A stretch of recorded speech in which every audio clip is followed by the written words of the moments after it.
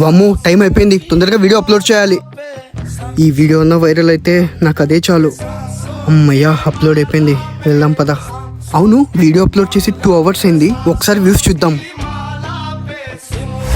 2 hours అయింది video upload చేసి 2000 వ్యూసా?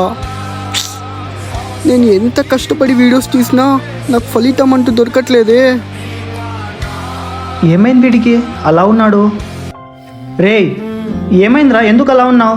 ఏం లేదురా, నేను ఎంతో కష్టపడి వీడియోస్ తీస్తా, ఎడిట్ చేస్తా, కానీ నాకు వ్యూస్ ఎందుకు రావట్లేదురా.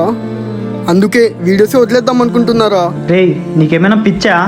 మన ఏం జరిగిందో తెలుసా? ఎవరో నీ ఫ్యాన్ అంటారా, నీ వీడియోస్ చూసి అతను డిప్రెషన్లో ఉండేవాడు మారిపోయాడంటారా. ఇది చాలాదరా, మీలాంటి క్రియేటర్స్ వల్ల ఒక్కరైనా మారినాడు. అవునా? అయితే నాకు ఇది చాలరా, నేను తీసే వీడియోస్ వల్ల ఒక్కడన్నా మారినాడు. చూడరా, ఈరోజు ఒక్కరు మారినాడంటే రేపొద్దున 10, 100 ఇంకా ఎంతమంది మారరా. సో నువ్వు వీడియోస్ మాత్రం వదలద్దురా, నీ ప్రయత్నం నువ్వు చెయ్యి, తర్వాత చూసుకుందాం. సరేరా, నాకు ఫాలోవర్స్ సబ్స్క్రైబర్స్ రాకపోయినా బాధలా, నా వల్ల ఒక్కరు మారినా నాకు అదే చాలరా. అది పదరా వెళ్దాం.